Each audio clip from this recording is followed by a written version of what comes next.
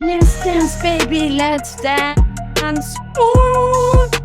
Hello, everyone. Welcome to the Ugly Truth podcast. Yeah, applause. Everyone. This is episode 3, right? Number 3, baby. Number 3. Okay. The Are we ready? Trinity. Are we ready? We're born ready. Are you kidding? Stop it. Okay. So today.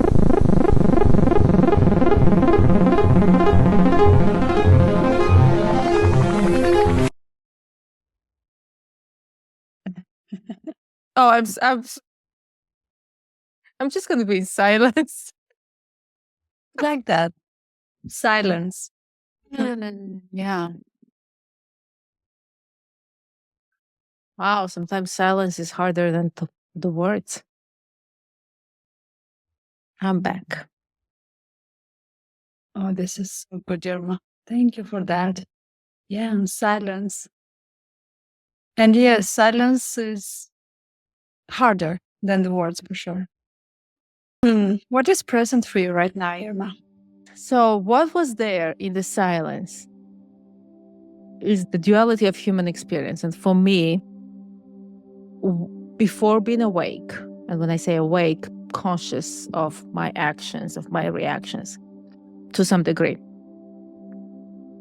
I projected everything into the outer world. In other words, I have to succeed. I have to be this way. I have to be that way. It's almost like being addicted to all those other things to fill up my life. I'm not saying I'm not addicted to them now. At least, I'm conscious most of the time when I'm there. And what's there is, after shifting that, the world shifted inwards. We talked about addiction last time. And now the world shifted into the inner world of who I am and discovering the layers and peeling the onion of my identity. But that too, in a way, is a distraction. So it's almost like the duality of it. It's either the distraction, outer world, the drugs, the sex, the men, the women, the whatever else, career, or the inner world, enlightenment, the kundalini, the yoga, the this, the that. I mean, all of that. And then here we were for a second in a silence. There was nothing. And I was like, well, in that moment, there was not this and not that. And I was freakishly uncomfortable. And my brain just wanted to fill it up again. What were you uncomfortable with? Just the silence, the emptiness of it all. And I'm really thinking or experiencing how little of silence I have in my life and how I'm avoiding it. And of course, well, here's the thing. Here's the trap. I replaced dating or flirting or being in the game of conversations with reading books because my ego is happy. I will never say it's my ego, but I'm actually learning. How could that be bad? But it's just a replacement. And of course, what's behind that comes non-acceptance of it all. And in that chase, life goes by. No point am I in silence. At no point am I in the present moment. It's so much. The silence, because I'm the guru one, I'm the one that knows about the silence and promotes and talks in the tea ceremonies and talks in the yoga practicing sessions about the silence. And then I'm here, this cute yoga teacher, going to record a yoga session.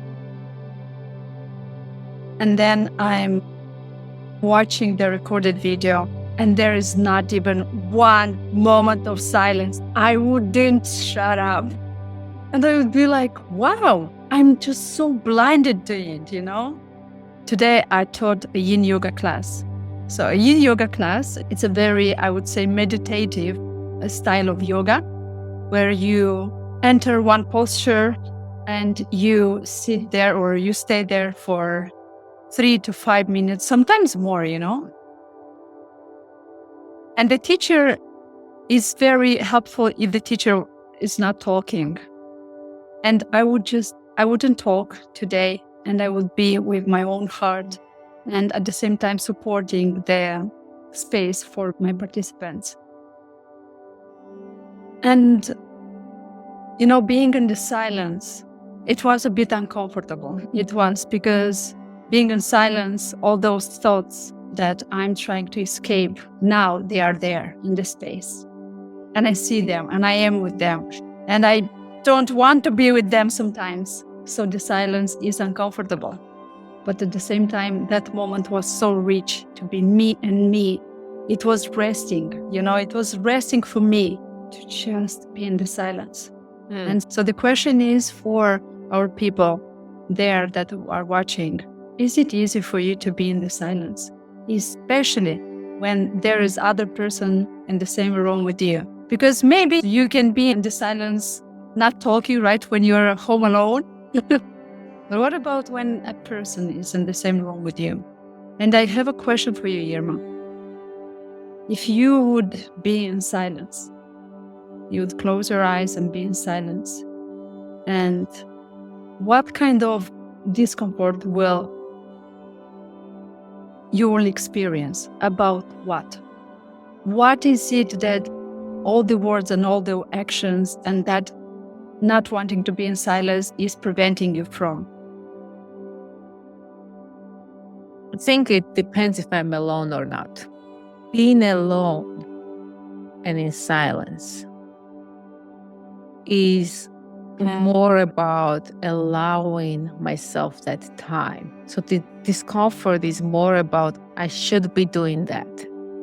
So the thoughts that come that don't let the silence be, it quickly becomes very loud in my head, right? So it's all about what I have to do instead. And I'm wasting my time. Like I was in a car with a man several times, and there was nothing to say. I had to force myself to stay silent too, even though I had nothing to say. Wow. For me, when I'm with the other person, just the other day, last week, I was talking with a man and he would stare at me. He wouldn't take his eyes away, And at some point, there was a silent moment. And I would look at him, he would look at me, we were in front of each other. And then I had to cover that moment of silence. And I know what it was there. I didn't want him to think and to see that I'm stupid and I don't have subjects to talk about. So I had to cover that moment because, so that's what was there. I don't want people to think that I'm stupid. So there is a very deep belief that I am stupid. And that's exactly true. Yeah. I'm looking right now in that moment in the car, right? The uncomfortable is like, here I am in a car. And it seems like I have nothing, like we have nothing to share, talk, in that moment at least. So there was a surprise over that. Yeah. Let me understand. There was expectations that you're going to connect with that man and then the realization that there is nothing to share with him. I mean, we connected in some things, right? But yeah, there was more silence than I cared for. Now, why not say, hey, you know what? I don't think we're connected, just don't want to waste more time. Even a minute. That minute that we're going to want and will pray at the end of life, that we want 1 more minute to be with our kids, 1 more minute to be with our people. Yeah. And now we're wasting it everywhere. And it's like, I'm getting very emotional about it. It's true. Thank you for sharing that, Irma. You know what comes in mind, Olesea? I just did it once. There was this, I think it was a dance, contact beyond contact. And we're in this space. It's my first time. I don't know anyone. And the leader says, there's a music. And he's like, you're just going to walk around, meet with people, and then click with someone. And so here I am, and I'm paired with this guy. And the next exercise is like, you're just standing there and you're looking in each other's eyes. You don't take the eyes off of each other. No words. I don't think I've ever been so uncomfortable. That moment when you just shared, it felt like without any words, just looking at it, there was so much emotion, so much nudity, like I felt naked. I don't know this person and I know this person. I know all there is to know about this person because I'm looking in his eyes and I'm silent and I'm just letting all that noise just lock in. I wonder what it would be like to just do that, to just consciously do that with one person a day, just a couple minutes to look in the eyes in silence. Like one apple a day keeps the doctor away. Yeah. One look, one gaze. I'm actually taking it on. Me too. I have a question for every single person who listens to this. What do you fill up your daily silences with? Like if you had to make a list of all the things that your day is filled with, if you could make a list of, these are the things that I do because I do and I am because I am, and these are the things I do because I want to escape my silence. I know my escape. One thing you're going to share too, the phone and the scrolling on the social media. Yeah. Stop. Like This we're is- all guilty of that. All of us. For me, it's still learning as well. Learning is my escape because it's a feel-good escape. I can't possibly feel guilty about it. So silly. And I know the antidote to it is the honesty. When you connect and you are with the other person and you tell them just how uncomfortable you feel with the moment of silence right now, how would it be? I think that most of the time we'll discover that from the other side there is also the same discomfort. But it's just maybe there is no courage to say it or to communicate this. What if we'd be with each other so honest and so transparent about this? How would it be? Can you just connect with how intimate we would get with each other by acknowledging it, by being honest and transparent about it, and the level of connection and intimacy that is going to be created through that? I feel so uncomfortable right now in the silence because I don't want you to think that I'm stupid. I want you to think that I'm clever and I'm smart and I'm valuable. Right? And I feel so uncomfortable right now because I feel like we don't have anything to connect over. And I'm wasting my time and yours. Wow. Ouch! This is wow. Like I had shivering my whole body. This is so inspiring. Like that level of honesty.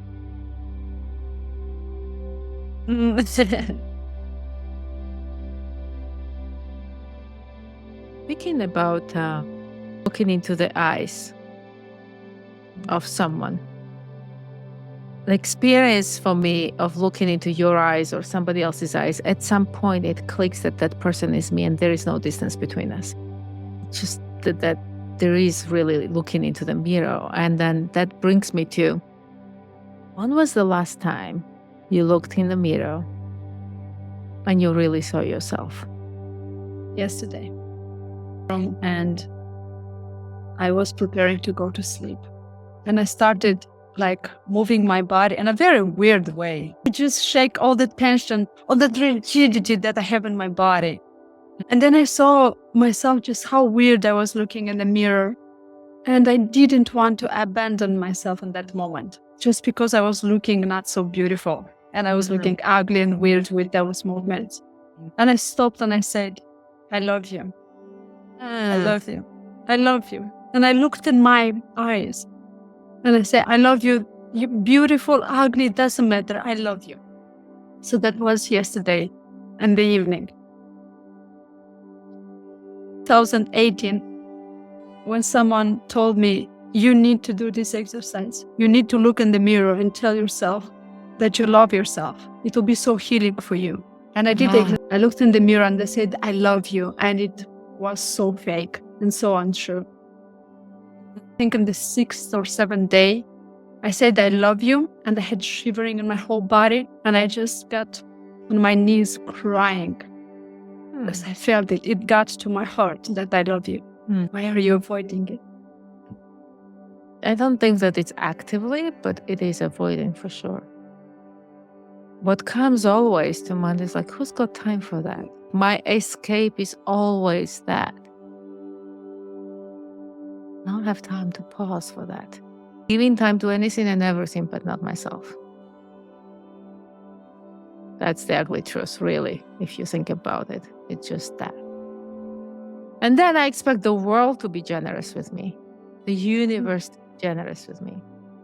And I'll do it with myself.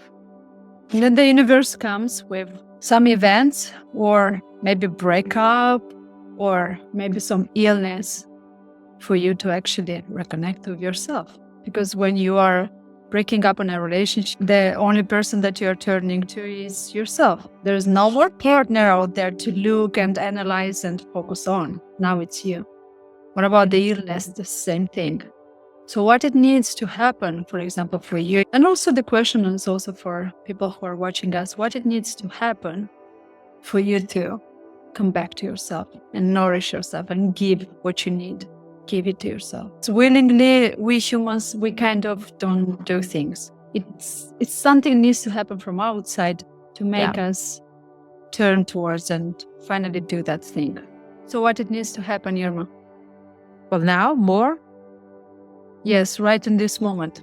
So you finally go to that mirror and say to yourself, I love you, Irma. I love you. Nothing, I'll just do it. See, awareness. Yeah, I have to do it. No, I'll just do it. I don't have to. Thank you. Share with us in the next episode how it was. Here are a few things I'm taking on. I'm taking on to spending more time with myself. And when I say that, I mean looking in the mirror, nothing else. Well, maybe something else. I don't know. Oh, yeah. Falling in love with myself.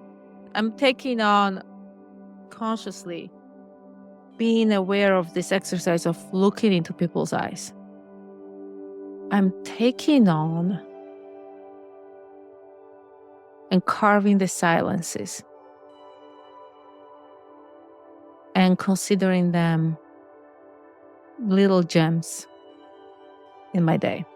But I'm taking it on to all the people that I'm going to meet, to take at least 10 seconds to look in their eyes, to connect with them, as uncomfortable as it will be. Yes, I'm taking this one. It was an amazing topic. And Irma, thank you so much for going with what was present. Because we totally thought about something else, but you brought this one, and I really acknowledge you for jumping to the unknown. Yeah. I loved it. With you, buddy. I'm going for it. Thank you so much, everyone. Like and subscribe, right? Subscribe on our channels. And so you get to be with us every single week. And if you have actually a subject that you want us to talk about, please write it in the comment. No matter how uncomfortable. We'll take it on. Thank you so much. Take it on. From our heart to yours. And I will see you next week.